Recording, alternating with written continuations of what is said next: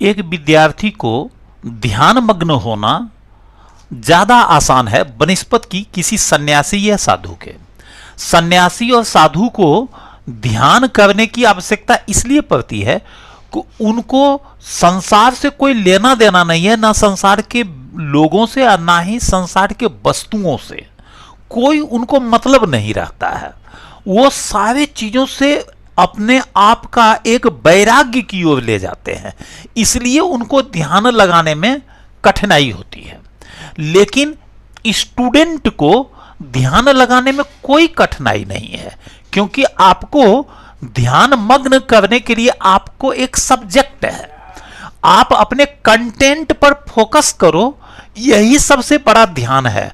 आप अपने विषय वस्तु पर इतना केंद्रित रहो कि तुम्हारा ध्यान किसी और चीजों की तरफ जाए नहीं। आपको ध्यान भटकाने के लिए बहुत तरह का बैड फोर्स होता है जो युवाओं का ध्यान विचलित करता है। बस उस बैड फोर्स से आपको बचना है। साधु महात्मा को तो बैड फोर्स गुड फोर्स सब विचलित करता है, क्योंकि उनको किसी तरह के फोर्स के इंपैक्ट में आना ही नहीं है। उनको सिर्फ गॉड फोर्स चाहिए। आपका गॉड जो है वो आपका गुड फोर्स ही आपका गॉड है।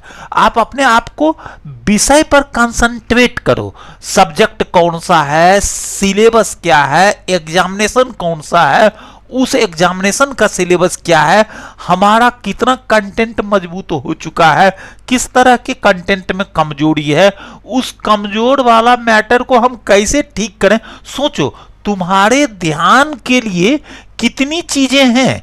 इन सारी चीजों पर फोकस्ड आपको रहना है और विषय को मजबूत करना है, विषय के टॉपिक को मजबूत करना है, क्वेश्चन को मजबूत करना है।